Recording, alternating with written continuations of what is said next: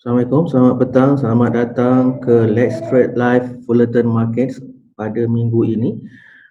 Sepatutnya kita lakukan sesi ini di dalam bentuk live, tetapi kali ini kita akan lakukan di dalam bentuk rakaman kerana ada masalah teknikal yang berlaku untuk menghubungkan antara Zoom dengan Facebook.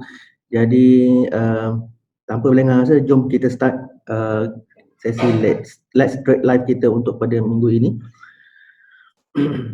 Minggu lepas kita ada dua trade call, AUD USD, position kita adalah untuk sell, dan kita yang kedua adalah XAU USD ataupun gold, posisi buy. Untuk AUD USD tak ada rezeki, kita kena stop loss 60 pips, tapi pada sesiapa yang buat layering ataupun bertahan dalam standard trading procedure RSI stochastic, mereka mungkin dapat keuntungan daripada pullback yang berlaku pagi tadi. Sebab mungkin selepas 2-3 layer ke atas, lepas tu dia dah turun balik semula. Okey, tapi tak apalah. Trade call kita untuk AUD USD minggu lepas kena stop loss negatif 60 pips. Untuk XAU buy, kita dapat profit lebih kurang dalam 220 pips lah daripada kita punya pending order dekat bawah. Pada 423.6, kita pending order kat situ, dia ambil pending order kita 23.6 dan terus naik sampai ke 1706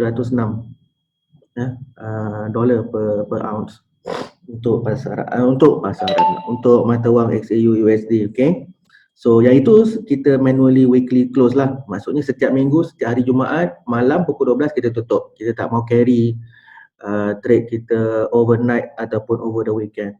So begitulah kita punya konsep untuk Let's Trade Live. Setiap minggu kita akan bagi signal setup, kita recordkan, dan kemudian kalau kena TP lah, kalau kena SL lah. Mana yang tak kena TP atau kena SL, kita akan manually close pada hari Jumaat 12 malam. Okay, so hari ni kita akan tengok pair yang baru pada minggu yang baru. Okay, ready? Okay, USD CHF, alright. USD CHF ni kita ada buy pada bukan minggu lepas. USD CHF ni sebenarnya adalah trade call untuk minggu ni, cuma saya tak sempat sharekan di page rasmi Fullerton Markets Malaysia Brunei. Saya hanya sempat sharekan di personal page saya. So yang ini sudah take profit di 0.97. So sekarang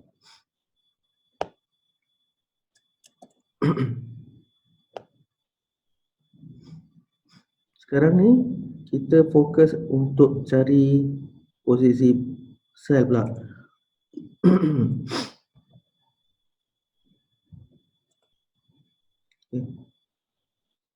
Okay.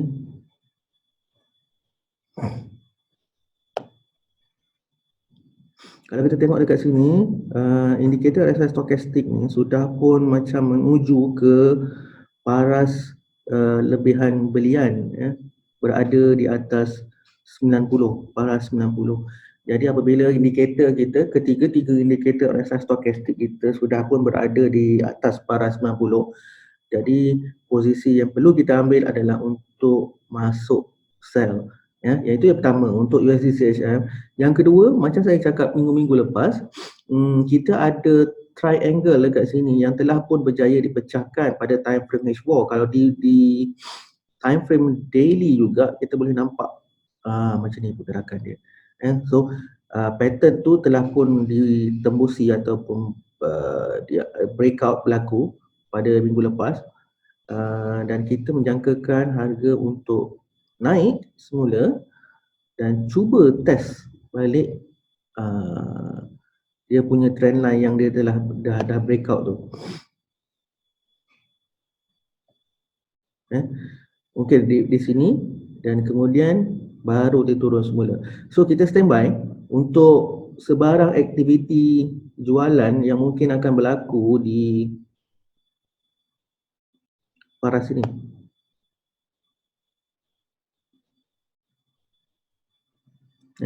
Dan apabila indikator telah pun pointing ke atas paras 90, jadi bersedialah untuk memasuki pasaran untuk posisi sell.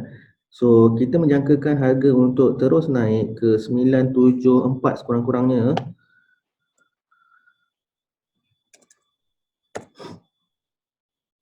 Kita tukar color untuk pending order kita ni ataupun order yang belum kita tak nak pakai tu, kita pakai ni.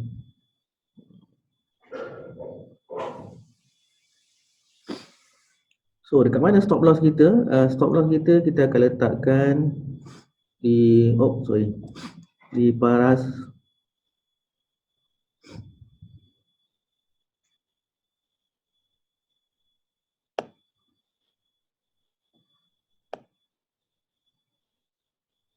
paras 998 mungkin.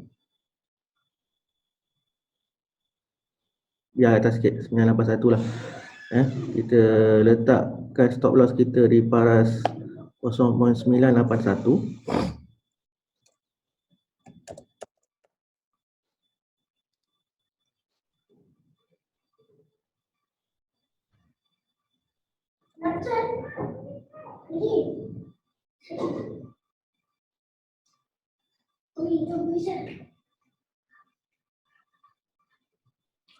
Dan take profit kita mungkin boleh letakkan di sini semula.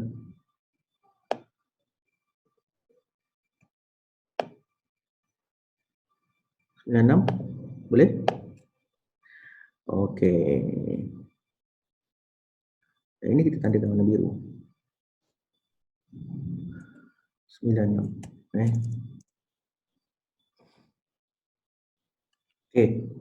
Boleh? So inilah trade call kita untuk USD CHF. Kita tunggu dulu confirmation untuk sell USD CHF di time frame H4 ni dengan melihat indikator di RSI stochastic. Mungkin 9 malam nanti pukul 5 ni tak ada tanda-tanda untuk sell lagi sebab kita punya stochastic yang 533 ni belum masuk. Selalunya 533 ni yang lambat masuk, tapi kali ni dia yang cepat masuk, tapi yang ini kali ni dia masuk lambat. Tak tahu kenapa, mungkin ada kenaikan yang akan lebih tinggi lagi. So kita tunggu pukul 9 nanti apa akan jadi. Dan sekiranya ketiga-tiga indikator ni sudah pun berada di atas nanti pada pukul 9 malam, terus melakukan sell ataupun boleh tunggu di paras 0.974. Okey, itu untuk USD CHF.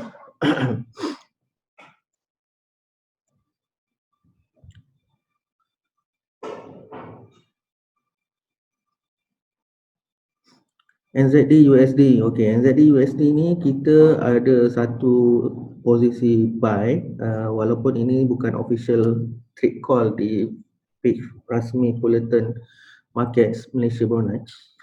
Yang ini lebih kepada saya punya personal. Kita ada trade call buy NZD USD kat sini apabila RSI stochastic kita telah menunjukkan trade call untuk buy. Tapi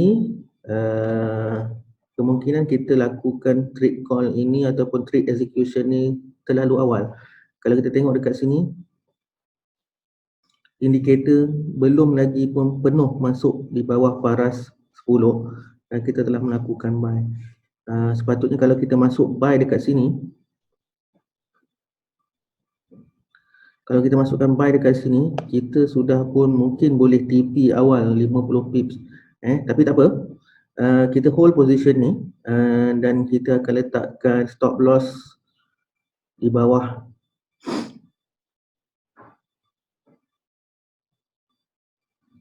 0.06.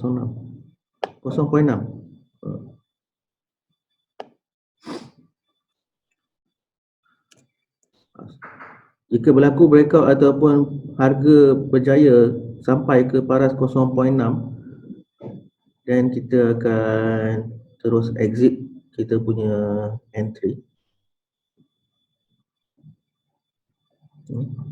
TP kita letakkan di paras inilah.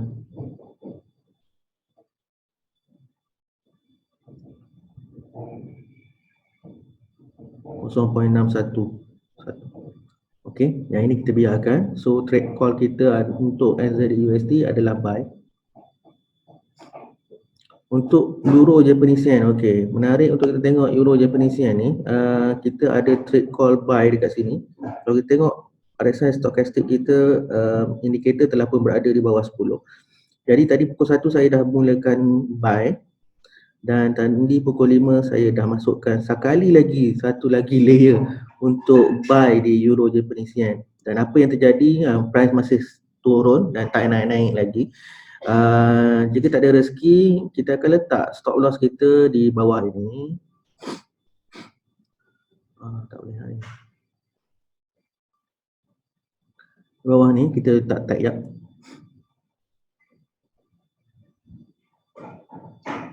Okay. Mungkin di pada 115.4.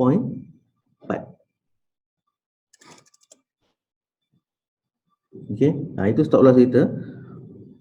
Take profit kita akan ubah.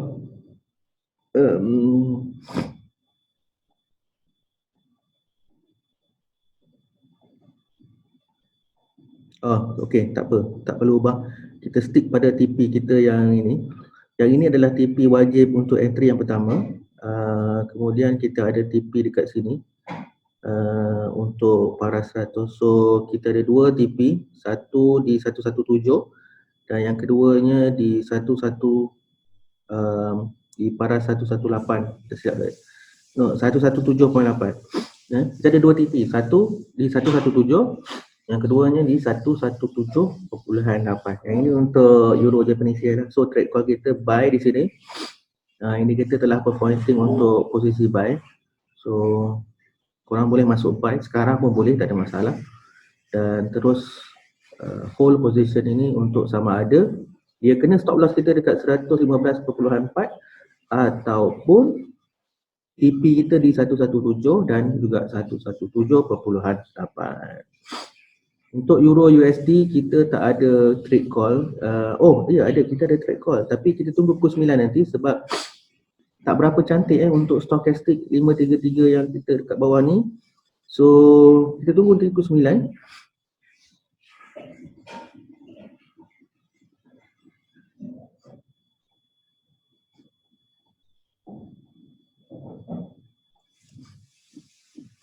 Tempoh hari kita ada trade call dekat belah sini untuk sell, posisi sell. So yang sell dah TP, so kita sekarang tengah menunggu untuk buy.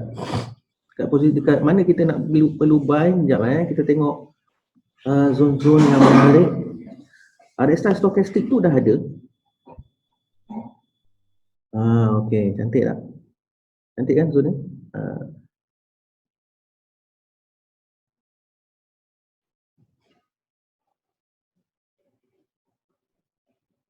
So kita tengok apa akan terjadi di zone ini, dan kita akan tengok juga dua technical indicator kita, RSI stokastik, sama ada dia berjaya duduk di bawah 10 dengan solid atau tidak.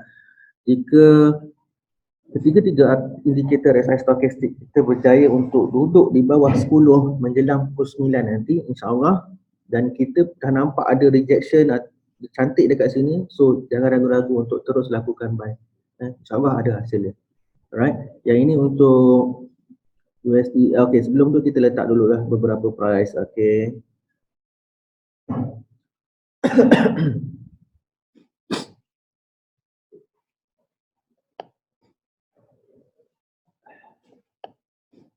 Exit market jika price berjaya tembus di bawah para 1.08. Ya. Okey, kita letak sini. Sekali lagi. 08 dan TP kita tak payah jauh-jauh, kita ambil just dekat-dekat, just nice, mungkin di paras sini.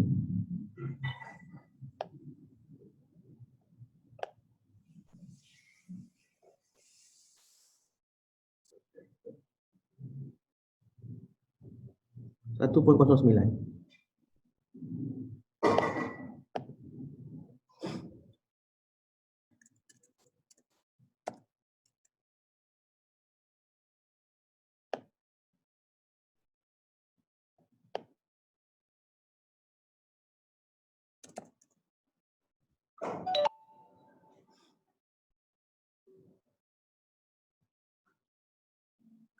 So kita ada lebih kurang, kalau kita entry sekarang pun kita ada lebih kurang 36 pip risiko yang kita perlu hadapi, eh. Dan kita punya peluang untuk TP adalah sebanyak 60 pip atau 50 pip. So kita tunggu je lah apa yang akan berlaku nanti pukul 9 di zone ini. Sekarang ini dia dah cucuk masuk dah dekat zone tu. Cuma kita tak tahu apa yang akan terjadi pada pukul 9 dan apa yang terbentuk hasil daripada indikator RSI stochastic kita. Untuk AUD USD tak ada apa yang menarik, so kita biarkan. Untuk USD CAD pula kita ada satu range yang sangat menarik di time frame H4. Kita boleh nampak sejak pada 25 bulan 3 harga bermain-main di satu paras, iaitu sekitar 1.4282 dan di ke bawah 1.38. So lebih kurang dalam berapa ni? Dalam range yang besar, dalam lebih kurang 400 pip. Dia main-main dalam range 400 pip. So agak menarik untuk kita cuba cari setup yang berkualiti untuk kita masuk dan cuba capai range tu. So selagi range ini tidak berjaya ditembusi, so ada harapan untuk korang, kalau korang enter apa-apa pun pada zone ni, korang masih akan selamat insyaAllah. So tapi kita tak nak buat macam tu lah. Kita tunggu USD CAD untuk turun ke bawah sedikit nanti, sebab kita punya indicator pun sedang pointing ke bawah, dan nanti bila dah ada di bawah nanti baru kita buy. Cuma takat ni saya tak nampak apa-apa trade call yang menarik untuk USD CAD. Cuma menarik untuk kita tengok ke mana arah tuju USD CAD ni. Mungkin hari Jumaat nanti selepas terbitan data daripada Kanada dan juga terlepas NFP pada pukul 8.30 malam tu, kita akan nampak breakout berlaku lah. Tapi buat masa ni saya lebih suka untuk ambil pendekatan untuk duduk tepi dan tengok dulu apa yang akan berlaku di USD CAD. Okay. GBP USD pun kita sebenarnya ada trade call untuk buy dekat sini, tapi saya tak masuk. Mungkin ini adalah peluang untuk re-entry. Okay, tapi dia agak berisiko kerana kalau kita tengok dekat H4 ni, dia ada satu garisan resisten yang tidak berjaya ditembusi di sekitar 1.263 dan price turun semula. Sekarang ni mungkin sedang mencari support-support di time frame H4 ataupun di daily. Kita tengok dekat daily apa benda ni jadi. Dia ada satu pergerakan.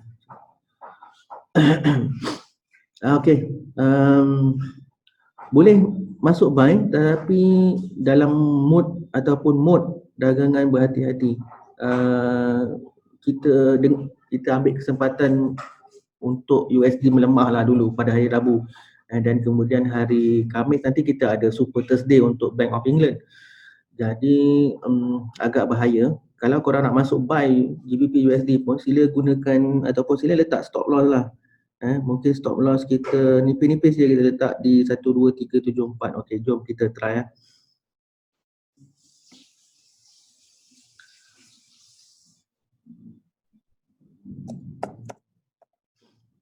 Masuk buy. Stop loss kita nanti kita letakkan di bawah 12368.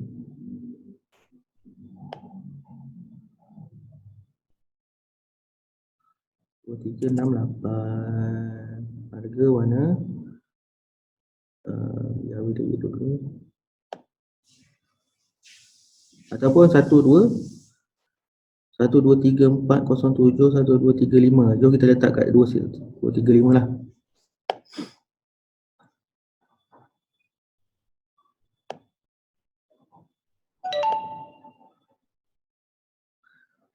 Tukar warna merah untuk stop loss. Tukar parameters kita kepada 1, 2, 3, 5 untuk stop loss kita. Dan TP kita kat mana? Okey, TP kita ambil dekat kita punya resistor ni. 1.23 263. Boleh? TP kita letak situ.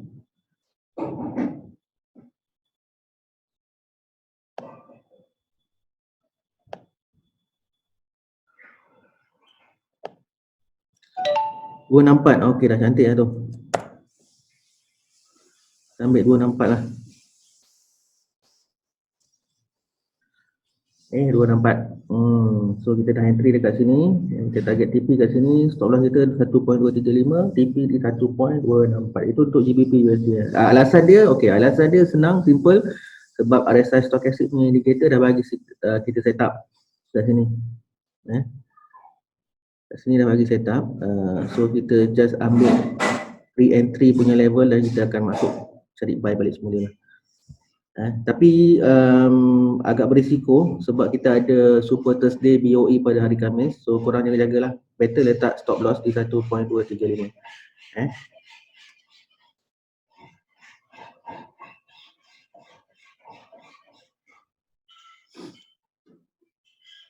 So untuk GBP USD kita ada trade call untuk buy sebenarnya. Dekat sini. Oh, tak berapa cantik. So kita biarkan dulu GBP Japanese Yen ni. Tak berani sangat dengan GBP Japanese Yen. Saya masih tak nampak lagi ke mana arah GBP Japanese Yen ni untuk jangka masa yang terdekat. So kita biarkan dulu. Saya tak berani nak masuk ataupun nak buat analisa apa-apa tentang GBP Japanese Yen.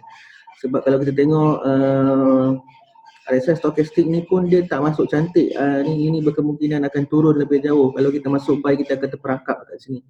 So lebih baik kita biarkan dahulu, tunggu dulu confirmation yang lain lah untuk GBP Japanese Yen. Alright. Okay, untuk USD Japanese Yen pun sama. Kita ada satu triangle yang cuba dipecahkan tapi masih lagi tidak berjaya dipecahkan. Kalau kita tengok dekat paras 107, paras itu telah berjaya ditembusi, tetapi kemudian ada satu lagi paras di daily. Kalau kita tengok dekat sini di 106.5 ada satu paras yang masih belum berjaya ditembusi dan itu menjadi support yang terkuat untuk pada masa kini. Dan saya menyangkakan harga untuk melakukan penembusan besar-besaran di paras yang ini. Sebab kita boleh nampak dah dia makin sempit, dah tak ada ruang untuk bergerak dah. Kalau berjaya ditembus ke atas ni, maka dia akan adalah trade call buy untuk USD Japanese Yen, dan kiranya tembus di bawah ini, kita akan boleh melihat harga untuk turun lebih jauh ke paras 105.5, 104 ataupun 102. So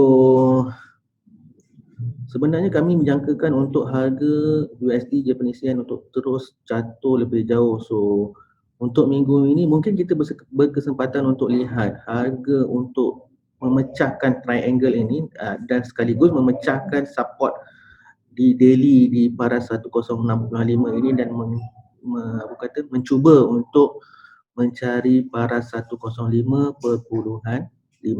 So kita tunggu apa yang akan terjadi. Mungkin hari Rabu akan ada pergerakan, mungkin hari Jumaat. So kita tunggu sajalah apa yang akan berlaku di pattern yang terbentuk di USD Japanese Yen ni. Okay. Seterusnya kita ada Euro GBP di H4 juga. So hampir complete trade call untuk buy di Euro GBP. Kita dah ada trade call sell hari tu dan dah TP pun. So hari ni kita lihat pada kemungkinan untuk harga turun dan mencari setup buy semula. Okey, kita dah tarik Fibonacci retracement kita di sini. Kenapa saya tarik dekat situ? Okey, sebab ni. Sebab kita ada satu candle bullish dekat sini. So apa yang saya buat, saya tarik daripada high ke low dan untuk cari retracement level yang sepatutnya lah. So di mana selalu saya akan entry adalah di 23.6. So kita akan tunggu dekat sini ataupun just letak je pending order by limit daripada situ. Okay, kita adjust sikit. Right, so kita dah masukkan pending order di paras 23.6 dan stop loss kita akan letakkan di mana? Stop loss kita akan letakkan di paras ini.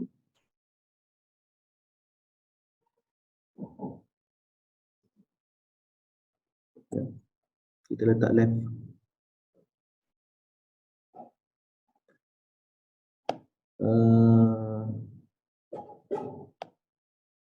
Harga mana? 8, 6, 8.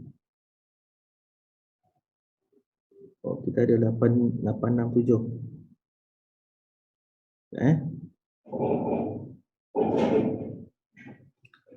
Kalau kita letakkan 867, kita tak ada ruang untuk harga buat manipulation sikit. Kadang-kadang dia cari stop loss kita kalau kita letak ngam-ngam sangat. So kita letak dia di harga 867 tak boleh, 866. Kita tak stop loss kita di 0.866. Oh, hilang pula. Mungkin terlalu bawah. Okay.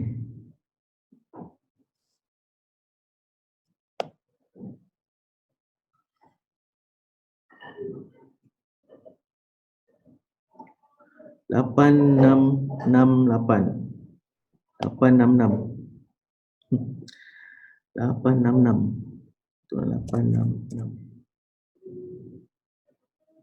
tak boleh.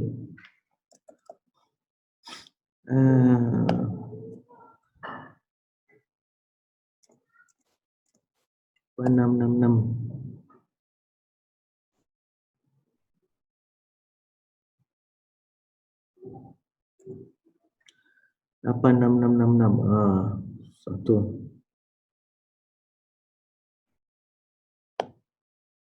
Ataupun 867 tak boleh. 867 terlampau dekat.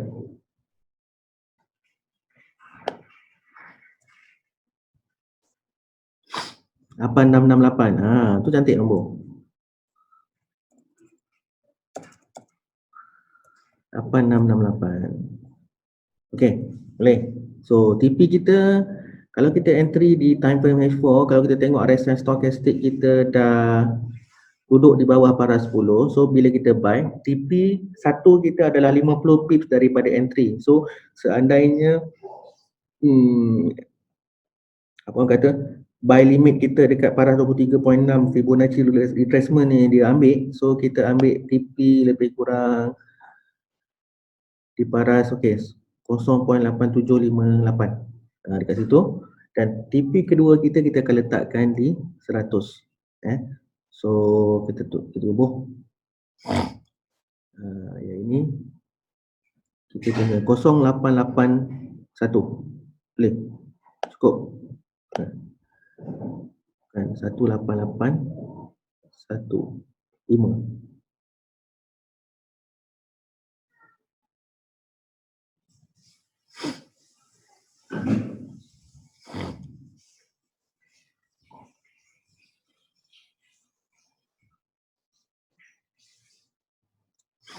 Kita letak left label senang.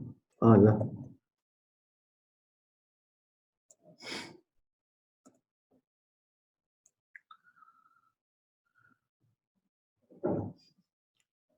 Sini 813. Ini TP.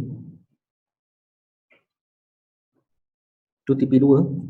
TP 1 kita ambil dekat belah sini.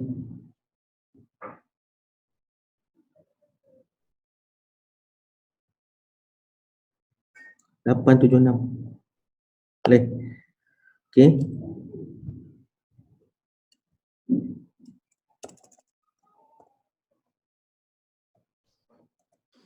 Right, itu untuk Euro GBP. So kita tengok apa yang akan berlaku nanti. Dan last but not least, kita akan tengok pada pasangan gold. Tak nampak apa-apa, so kita biarkan dulu. Kalau tengok di daily time frame, kita nampak harga mungkin sedang mengalami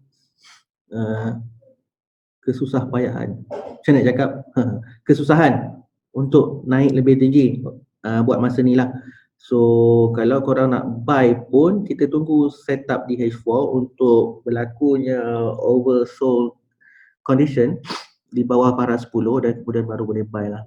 Kalau kita buy sekarang mungkin tak sesuai sebab dia berada di paras berhampiran dengan 1700 psychological level untuk harga emas. Dan kalau korang membeli emas pada ketika ini, dia agak berisiko. Mungkin harga dah terlampau tinggi dan tak mahu naik lagi. So kita tunggu bawah sikit, mungkin di paras 1600, 1650 dan kemudian baru kita beli semula emas. Okey, itu saja apa yang dapat saya kongsikan buat kali ini. Sekali lagi minta maaf tak dapat nak buat live. So InsyaAllah minggu depan kita akan sambung semula kita punya trade idea secara live hari Selasa pukul 12.30 hari. Okay. So kalau korang ada apa-apa pair yang korang nak tahu, boleh tulis di ruangan komen. Saya akan buat satu video dan saya akan post khas untuk pair tersebut. Okay. Assalamualaikum, terima kasih. Anda sedang menonton Trade Live. Let's Trade Live Fullerton Markets untuk minggu ini 5 Mei 2020. Selamat berpuasa, selamat berbuka. Assalamualaikum warahmatullahi wabarakatuh.